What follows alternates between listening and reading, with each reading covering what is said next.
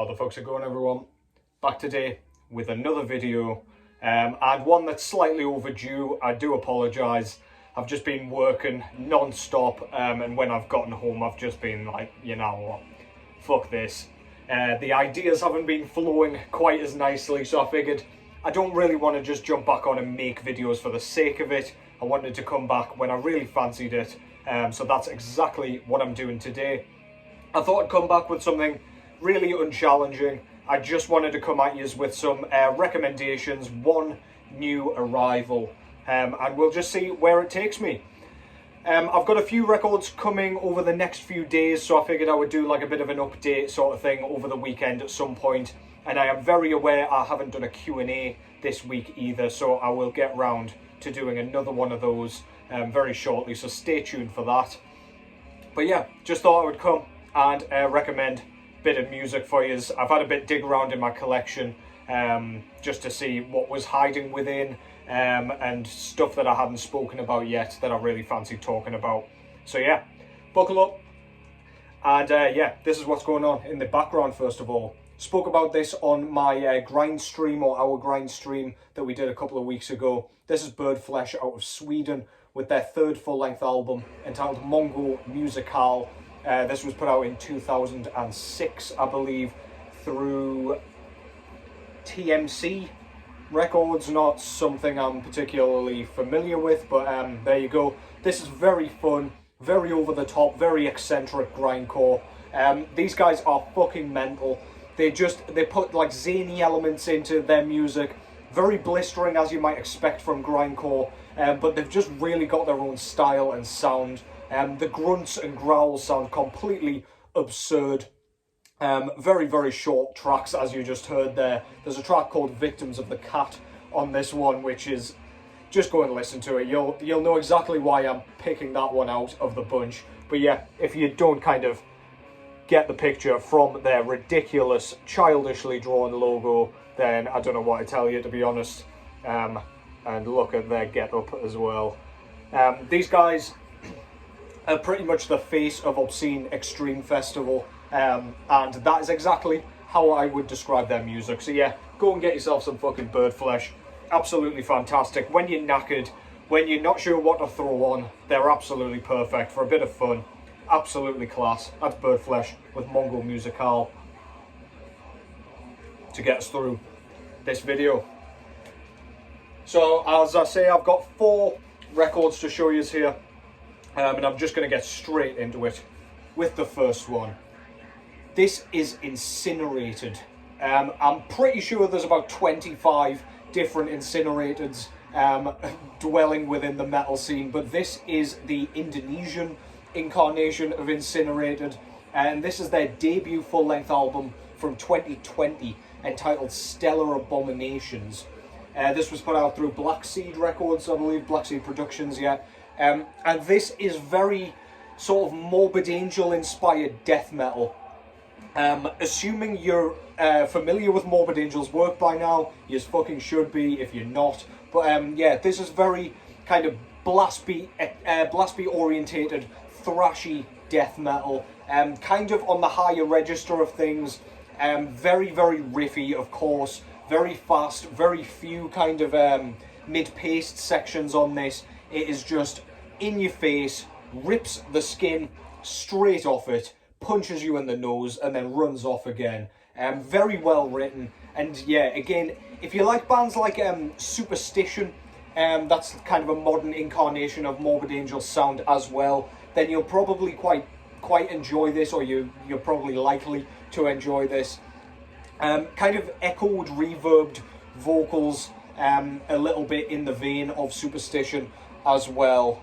Yeah, just a fun all-round album. Absolutely love this thing. I don't throw it on enough, to be honest, and I just saw it on the shelf there and figured I should probably recommend this fucking thing to you because it's fantastic. Yeah, brilliant stuff. Incinerated out of Indonesia.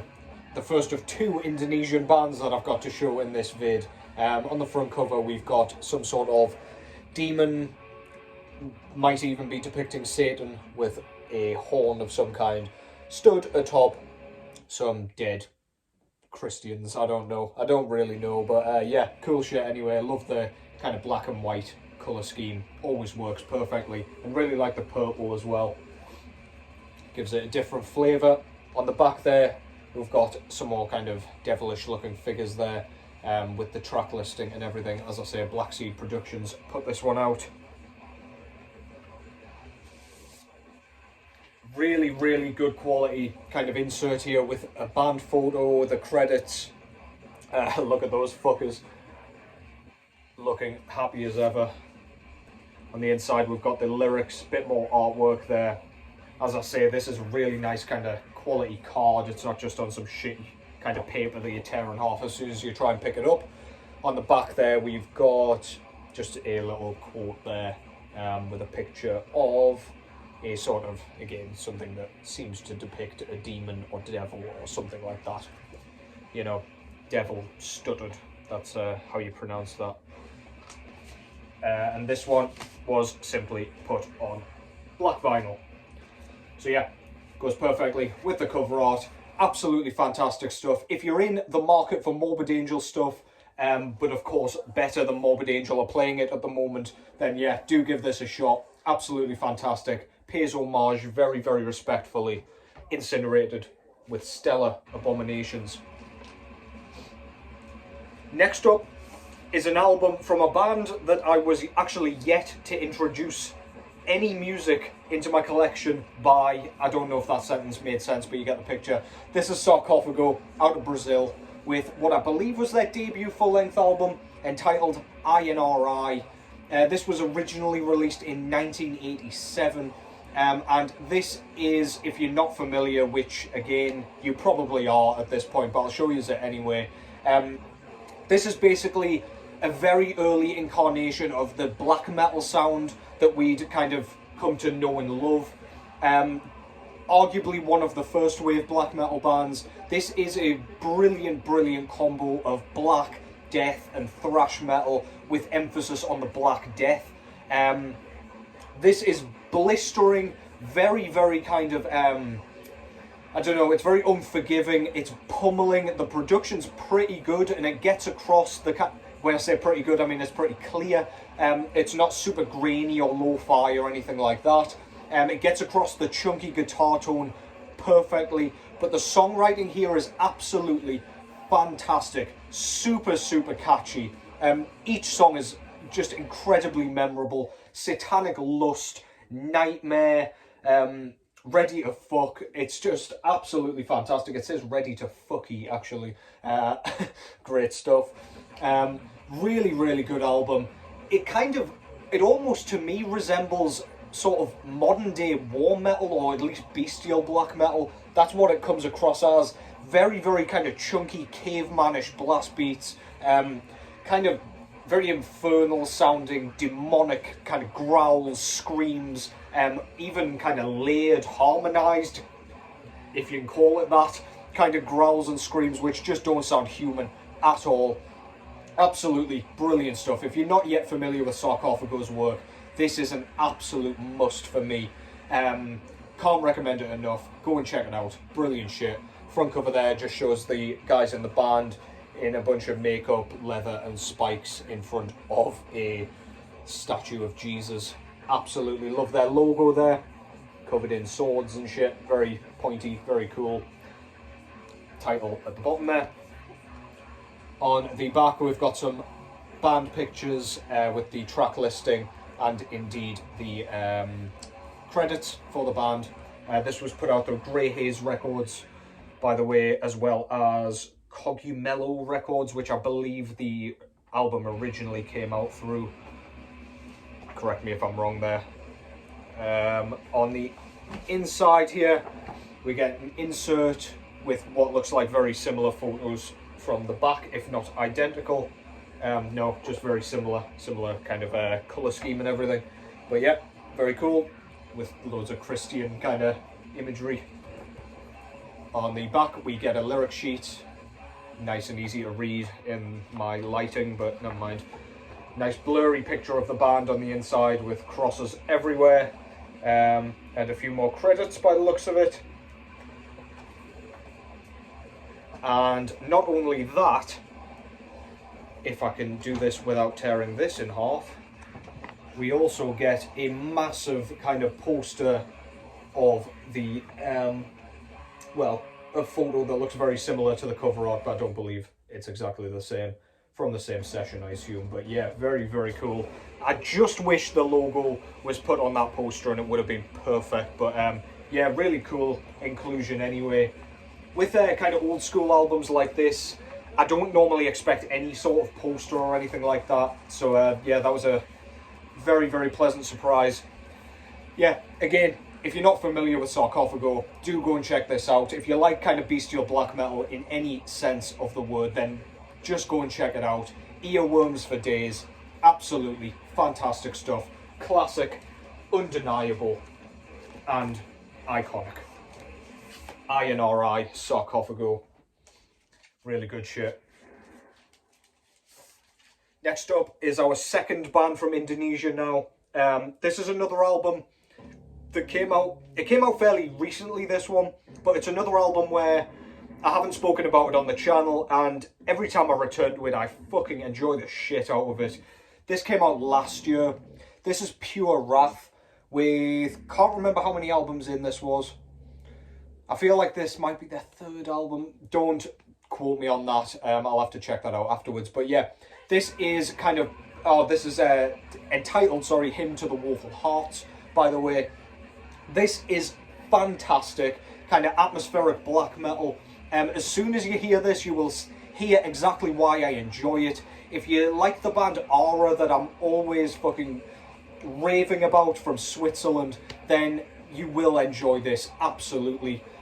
This is very blistering, blast beat orientated, atmospheric black metal. It's not too atmospheric, it's not too pretty, it's not too kind of mellow and sort of, I don't know, it doesn't lack any of the savagery or the harshness of that you would want in black metal, but it does absolutely have those lead guitar melodies, sorry if I can get my words out, that just kind of twinkle around the place, and they come in quite unexpectedly after like blast beat flurries where they just kind of capture your heart. It's one of those that makes the hairs on the back of your neck stand up with every time they do it.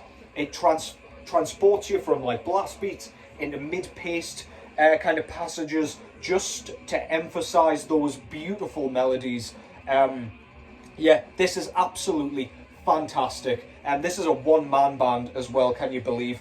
I believe there were other kind of musicians involved. I believe there was a drummer that played at least like session music on this one, and a bunch of others, I believe. But I will have to look at the insert to see any of the names there. But yeah, by rights, this is a one-man project. And yeah, if you like atmospheric black metal in any facet, this is going to capture your heart, without a doubt. Front cover there, really like their logo at the top there, and the cover shows like an old woman walking away from her burning house. Very kind of sad and sorrowful, and it kind of paints a picture of what you're going to get in the music as well. It's just very thought-provoking, very emotive, very, very well written. Yeah, absolutely love that shit. I've at least got another album in mind of theirs that has a very, very similar album cover to this one. So yeah, I assume he gets the same artist to do each of the releases. But yeah, beautiful, beautiful stuff.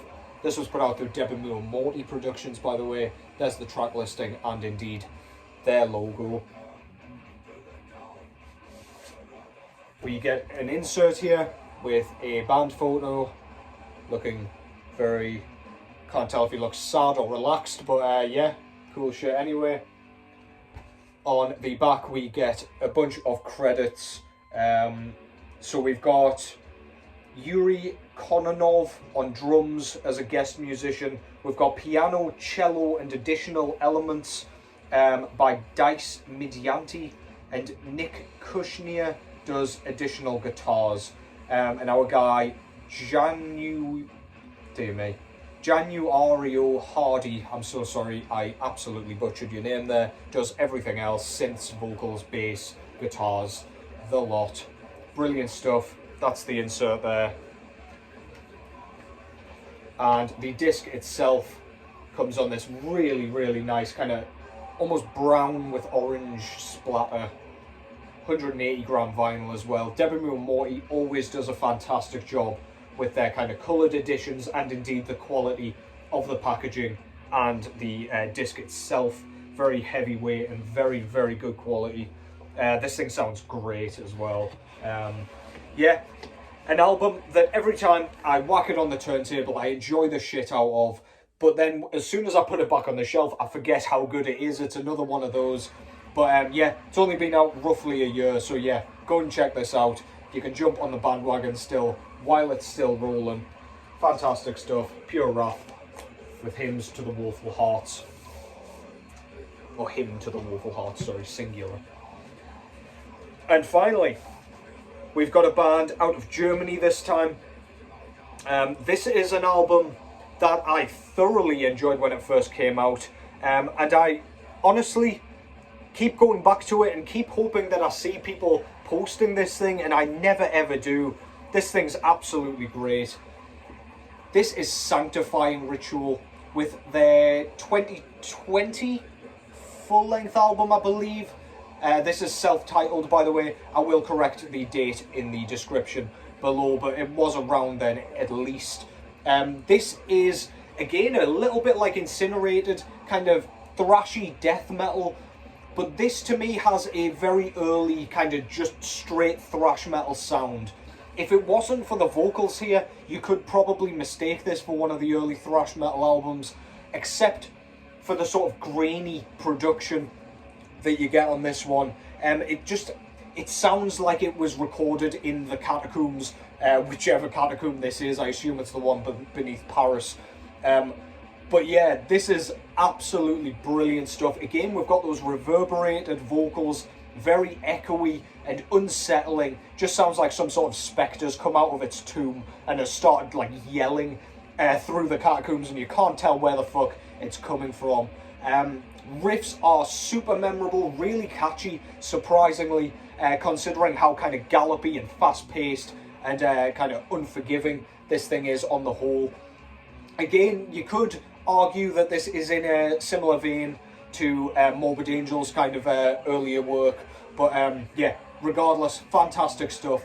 If you like your death metal a bit more on the dirty side, but closer to the proto-death sound and style, then yeah, this thing will scratch that itch for sure.